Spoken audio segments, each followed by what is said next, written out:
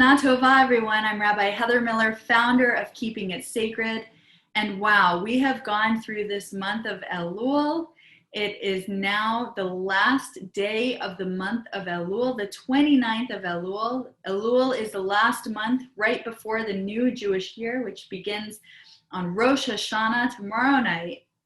And it is the Jewish New Year. So what have we been doing in this month preceding the new Jewish year?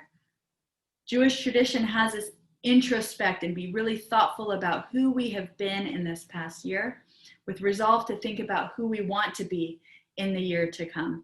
So I've written a book called Resolutions, a Practical Guide for Self-Repair, Resolutions with S-O-U-L in the title, because it's a resolution of the soul. It's doing our soul work, our preparation before getting into the new Jewish year.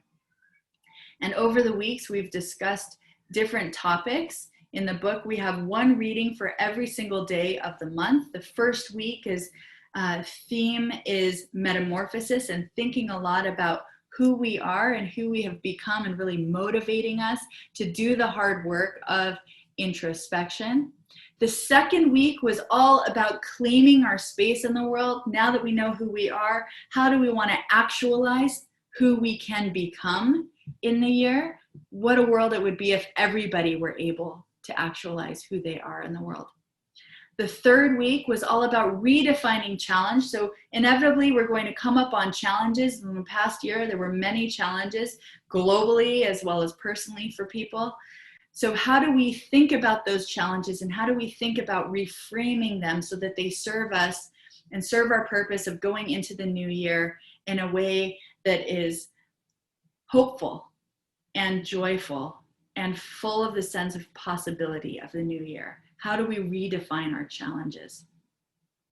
The fourth week, this past week, we've been really contemplating expanding our relationships, thinking deeply about the relationships that we're in and that we've had in this past year, about what we did well, what we didn't do well, how we can better nurture the relationships that we have in this coming year, and how we can even create new relationships in this coming year. What does that look like?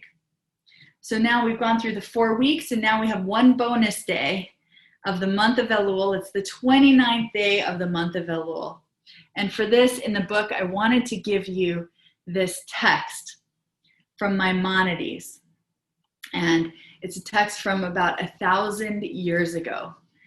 And what he says is that there's an idea of scales, that every person has a scale that has their good merits on one side and their bad merits, their demerits on the other side. So they're good deeds and they're not so good deeds. And every person should they consider themselves righteous? No. Should they consider themselves terrible? No. Maimonides says every person should consider themselves Benoni, like in between. Exactly halfway. And the same is true for the country, and the same is true for the entire world. That everyone should consider themselves exactly balanced. What does this mean?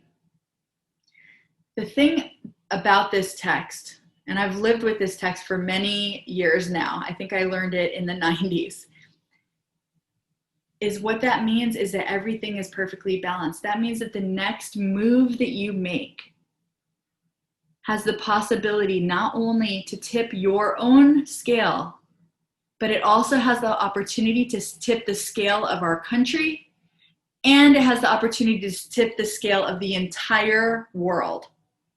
So every single thing that you do, every next move that you make, what's right in front of you, the next thing that you do, has the opportunity to shift the balance of the entire world either way.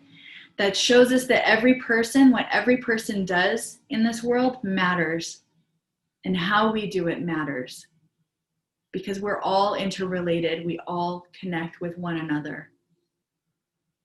So it's a call for each of us to be more thoughtful about who we are and what we do in the world.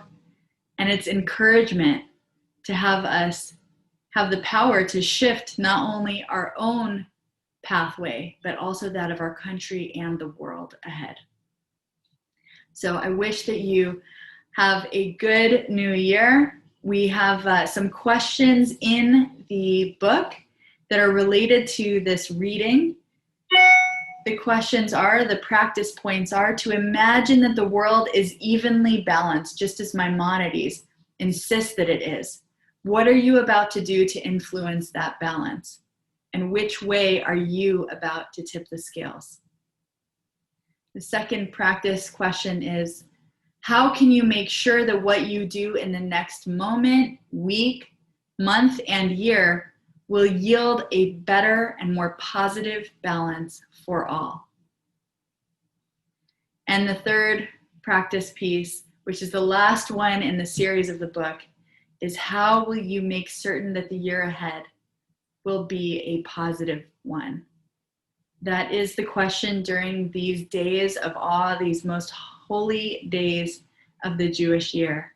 And I wish that each of you and each of us are able to transform ourselves into this new year and step into the new year with the fullness of the sense of possibility in front of us, and know that each of us can make for ourselves a sweet and a sacred new year. If you'd like to join us for services tomorrow night and going throughout the holidays, please do check out RabbiHeatherMiller.com, and on there you'll see a link to our sweet and sacred services. Please do click on that and just go ahead and register. I'd love to invite you into our services and to gather with you and to make it really our own. And I'll be leading services with Rabbi Rachel Schmelkin, so I'm positive that you will really enjoy and have a meaningful start to the new year. Shana Tova, everyone. Oh, and the book, you can find the book online as well. It's also on that homepage at RabbiHeatherMiller.com. It's called Resolutions, A Practical Guide for Self-Repair. And even though this is our last day of the month of Elul, it's an ebook. You can get it. You can download it right away. You can read it all tonight, or you can read it over the next 10 days, going into these 10 days of repentance, to have them help guide you, help inspire you with Jewish texts that are accessible and relevant and empowering. May they help you, guide you into a new, sweet, and sacred year. Shana Tova, everyone. Thank you for keeping it sacred.